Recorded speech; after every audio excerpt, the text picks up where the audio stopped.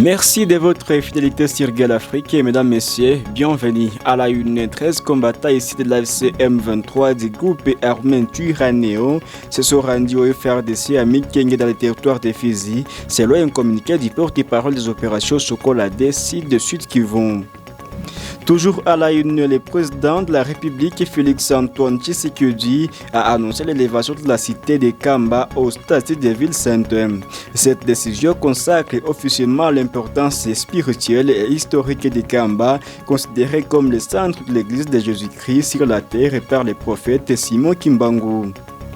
Et en fait, 32 ans après la disparition des présidents Cyprien Ntaryamira et Juvenal Habyarimana, les circonstances exactes de ce drame demeurent encore entourées de zones d'ombre, tandis que leurs proches continuent d'exiger justice et la relance des enquêtes afin de faire toute la lumière sur cet événement. Mesdames, messieurs, voilà tout pour les grandes lignes. Avant les détails, je vous appelle à vous abonner à notre chaîne Gueule Afrique si ce n'est pas encore fait. Bienvenue à toutes et à tous.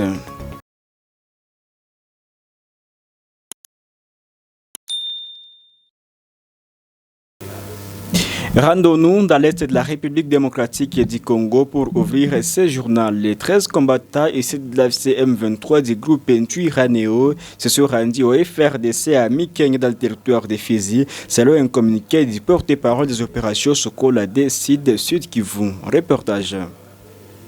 13 combattants issus de l'AFC M23 et du groupe armé Twirwaneho se sont rendus dimanche aux forces armées de la République démocratique du Congo FRDC à Mikenge dans les territoires de Fizi, à l'ouest de la République démocratique du Congo, selon un communiqué des opérations Sokola décide consulté lundi. D'après ces documents, ces éléments armés de fusils d'assaut de type AK-47 ont quitté Minembwe Centre avant de se présenter volontairement aux positions des forces loyalistes. Leur réédition s'est déroulée sans affrontement, marquant une évolution notable dans cette zone en proie à l'insécurité. Une fois sur place, les ex-combattants ont été immédiatement désarmés et pris en charge par les FRDC, conformément aux procédures établies en matière de réédition et de gestion des ex-groupes armés. Selon les porte-parole des opérations Sokola décide, les sous-lieutenants Mbouyi Kalonji Rigen, ces combattants ont été intégrés sans délai dans les processus de démobilisation en cours dans la région, dans le cadre des efforts visant à restaurer la paix. 6 miliciens de la Convention pour la Révolution populaire dirigée par Thomas Lubanga ont été tués lors d'affrontements avec les forces armées de la République démocratique du Congo FRDC aux alentours des Fata qui est dans le territoire de Djougou. Nous sommes de la province de l'Ituri. Reportage. 6 miliciens de la Convention pour la Révolution populaire, CRP, dirigée par Thomas Lubanga, ont été tués lors d'affrontements avec les forces armées de la République démocratique du Congo FRDC, survenus dimanche 5 avril aux alentours des Fata, qui est dans le territoire de Djougou en Ituri. Les combats se poursuivis de la matinée du lundi 6 avril, notamment aux abords du site de la plaine Savo, où des échanges de tirs ont été signalés entre les deux camps. D'après plusieurs témoignages recueillis sur place, les habitants des villages de Lodiga, du site de Lala ainsi que des Kameke ont été brusquement réveillés par des détonations d'armes lourdes et automatiques. Ces tirs nourris ont semé la panique au sein des populations civiles, y compris parmi les déplacés installés dans ces zones. En dépit de la tension persistante, un calme précaire est observé depuis plusieurs heures. Les forces loyalistes affirment avoir repoussé l'attaque et repris le contrôle de la situation dans cette partie du territoire de Djougou. À l'occasion de la journée nationale dédiée au combat de Simon Kimbangu et à la conscience africaine, le président Félix-Antoine Tshisekedi, accompagné de la première dame Denis Nyakeru, ont effectué une visite officielle de la cité de Kamba au Congo central. Reportage. À l'occasion de la journée nationale dédiée au combat de Simon Kimbangu et à la conscience africaine, le président de la République Félix-Antoine Tshisekedi, accompagné de la première dame Denise Nyakeru, a effectué une visite officielle dans la cité de Nkamba ce lundi 6 avril. Cette journée commémorative a été instituée afin de rendre hommage à l'un des plus grands leaders spirituels et historiques de la République démocratique du Congo et du continent africain. Elle vise à perpétuer la mémoire et l'héritage de Simon Kimbangu, figure emblématique de la lutte pour la dignité et la liberté des peuples. Au cours de cette visite, les autorités congolaises ont réaffirmé l'importance de préserver les valeurs prônées par ces leaders visionnaires, notamment la foi, la résistance pacifique et l'émancipation africaine face aux injustices. À travers cette célébration, le gouvernement entend également encourager les générations actuelles et futures à s'inspirer des idéaux de Simon Kimbangu afin de poursuivre le combat pour la dignité humaine, la justice sociale et le développement du continent africain. Dans le même chapitre, lors de la 5e commémoration de Simon Kimbangu célébrée ce lundi 6 avril 2026 à Kamba, le président Félix-Antoine Tshisekedi a annoncé l'élévation de la cité de Kamba au statut de ville sainte. Cette décision consacre officiellement l'importance spirituelle et historique de Kamba, considérée comme le centre de l'église de Jésus-Christ sur la terre par le prophète Simon Kimbangu. Suivez. Le 6 avril est comme un jour férié, chômé et payé na Congo-Kinshasa. Kasi sima ya masolo touti kozwa na papa Simon nazui lisusu décision ya sika.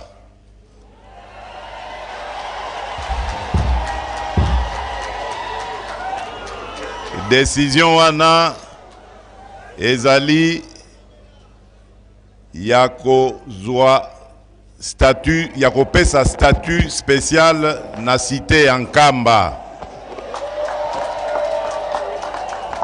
Statut spécial wana ezali cité en Kamba yokoma ville sainte.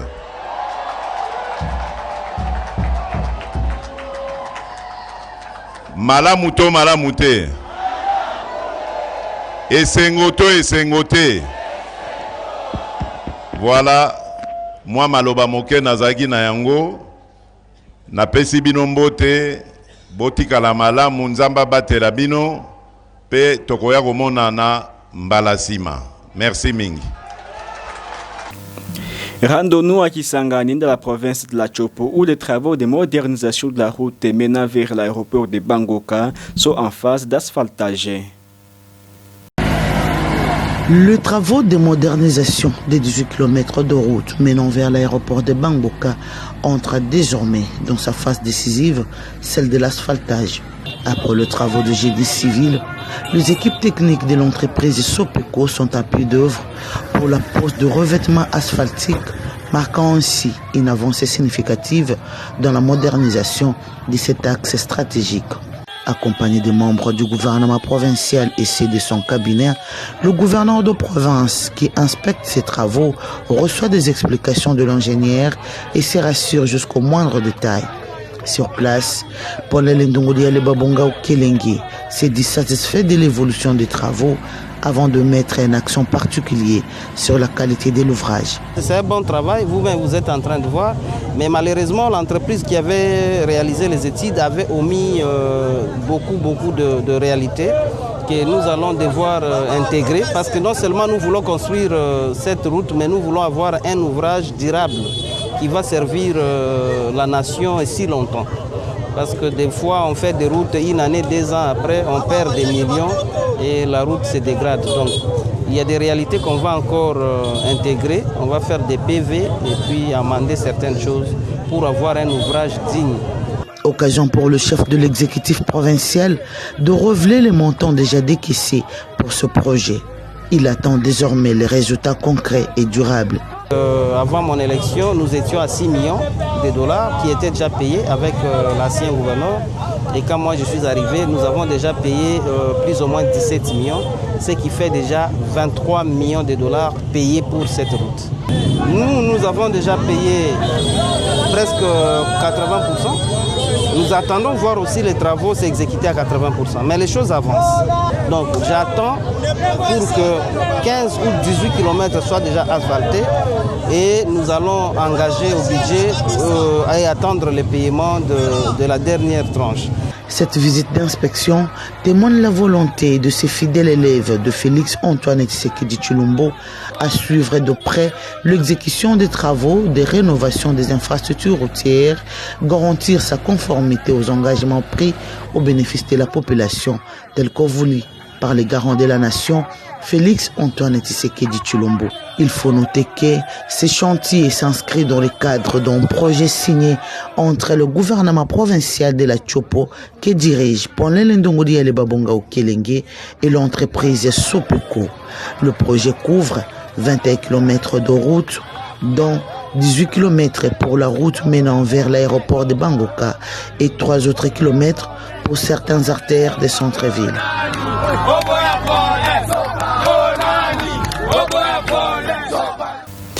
Plus de 15 000 miliciens du groupe armé FPIC ont exprimé leur volonté d'adhérer à la réserve armée défense Ituri dans cette province de la partie orientale de la République démocratique du Congo. Cette déclaration a été faite à l'occasion d'une célébration de Pâques organisée dans un climat marqué par un appel au renouveau et à l'espérance. Plus de 15 000 miliciens du groupe armé FPIC ont exprimé leur volonté d'adhérer à la réserve armée de défense Ituri dans la province de l'Ituri, dans l'est de la République démocratique du Congo. Cette déclaration a été faite à l'occasion d'une célébration de Pâques organisée dans un climat marqué par un appel au renouveau et à l'espérance.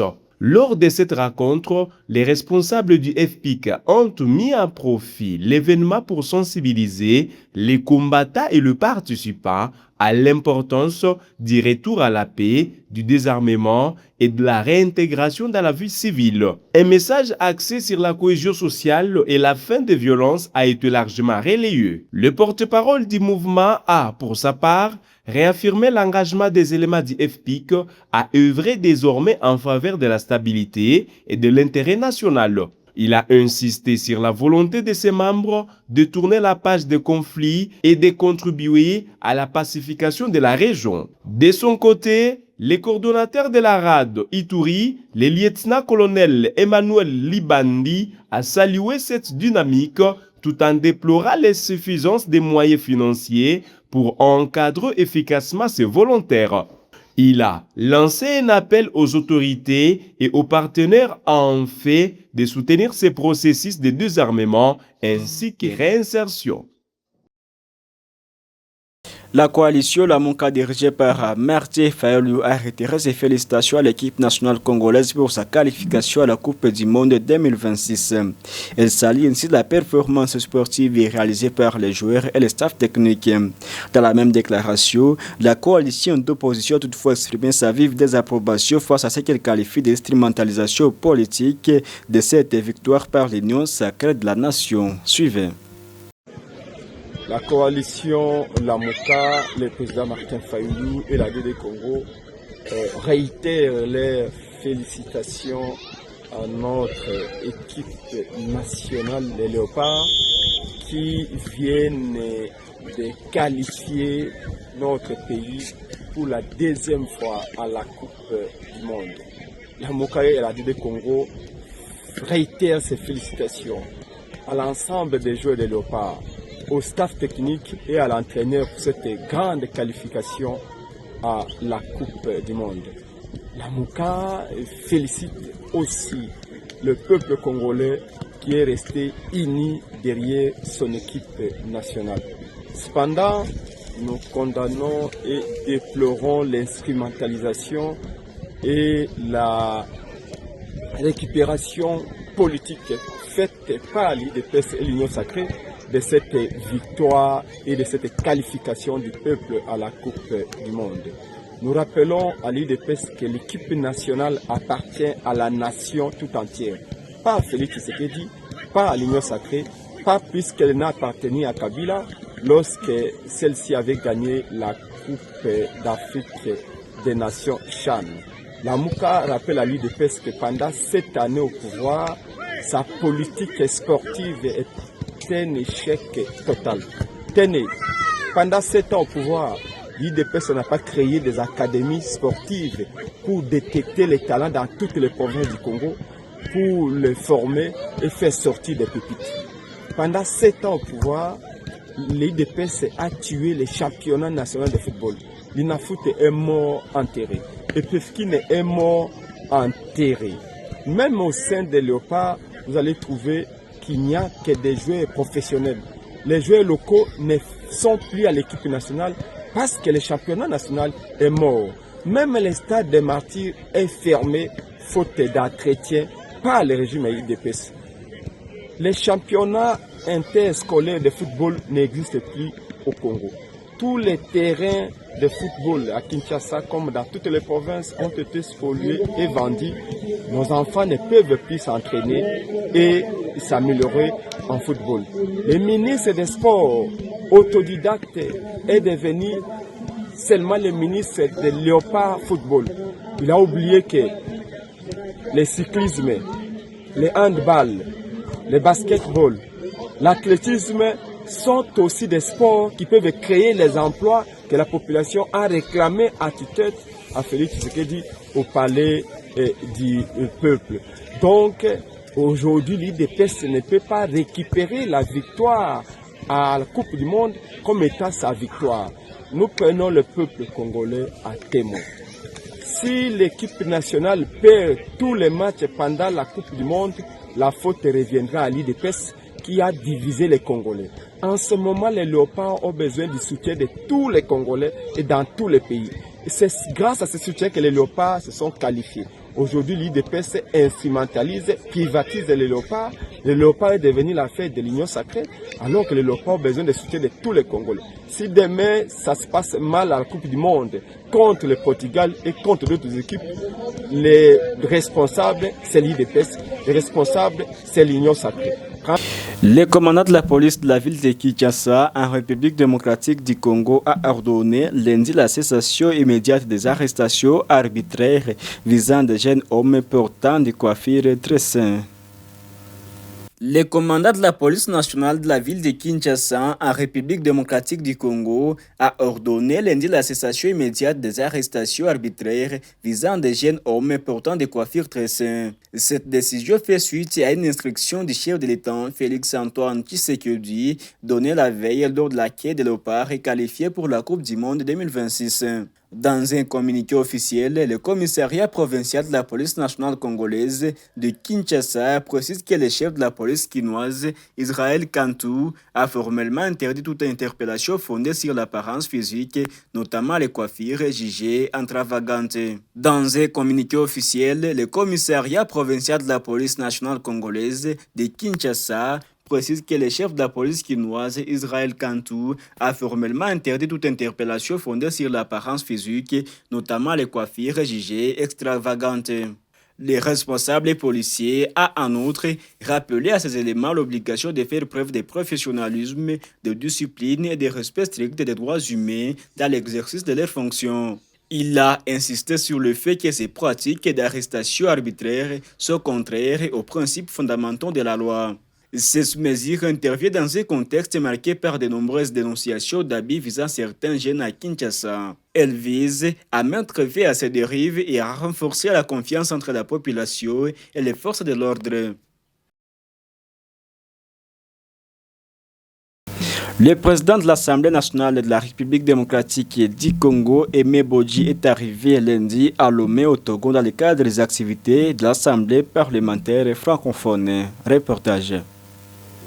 Le président de l'Assemblée nationale de la République démocratique du Congo, Aimé Bodji Sangara, est arrivé hier lundi à Lomé au Togo, dans le cadre des activités de l'Assemblée parlementaire francophone. Ces déplacements s'inscrivent en prélude du 17e conférence des présidents d'Assemblée et de section de la région Afrique de l'Assemblée parlementaire de la francophonie, dont les travaux se tiendront dans la capitale togolaise. Le chef de la Chambre basse du Parlement congolais est accompagné d'une délégation composée de plusieurs députés nationaux ainsi que de sénateurs venus prendre part à ces assises régionales. En marge de cette conférence, Aimé Bodji Sangara est également entendu pour des rencontres bilatérales avec ses homologues. Il doit en outre prononcer une allocution à l'hémicycle de l'Assemblée nationale togolaise à l'occasion de l'ouverture de la session ordinaire prévue ce mardi 7 avril 2026. La RDC intensifie sa campagne diplomatique en faveur de la candidature de Juliana Amato Lumumba au poste de secrétaire général de l'Organisation internationale de la francophonie.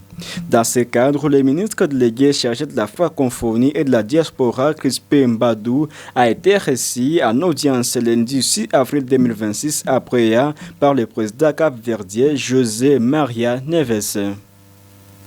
La République démocratique du Congo intensifie sa campagne diplomatique en faveur de la candidature de Juliana Amato Lumumba au poste de secrétaire général de l'Organisation internationale de la francophonie. Dans ce cadre, le ministre délégué chargé de la francophonie et de la diaspora, Crispin Mbadou, a été reçu en audience lundi 6 avril 2026 à Praia par le président capverdien José Maria Neves.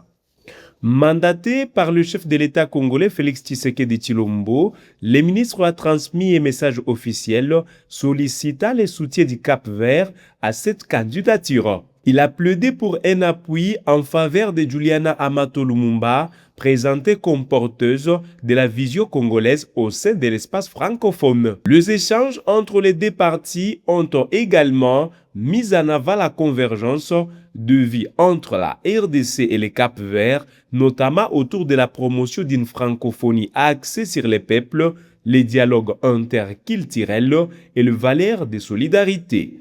Les deux pays ont réaffirmé leur engagement à renforcer leur coopération dans ce cadre. Cette démarche s'inscrit dans la continuité de l'héritage de figures africaines telles que Amilcar Cabral ainsi que Patrice Lumumba. Elle traduit la volonté de Kinshasa de mobiliser un large soutien africain et international avec l'appui du gouvernement dirigé par la première ministre Judith Suminwa Tuluka en vue de peser dans les instances internationales comme l'UNESCO.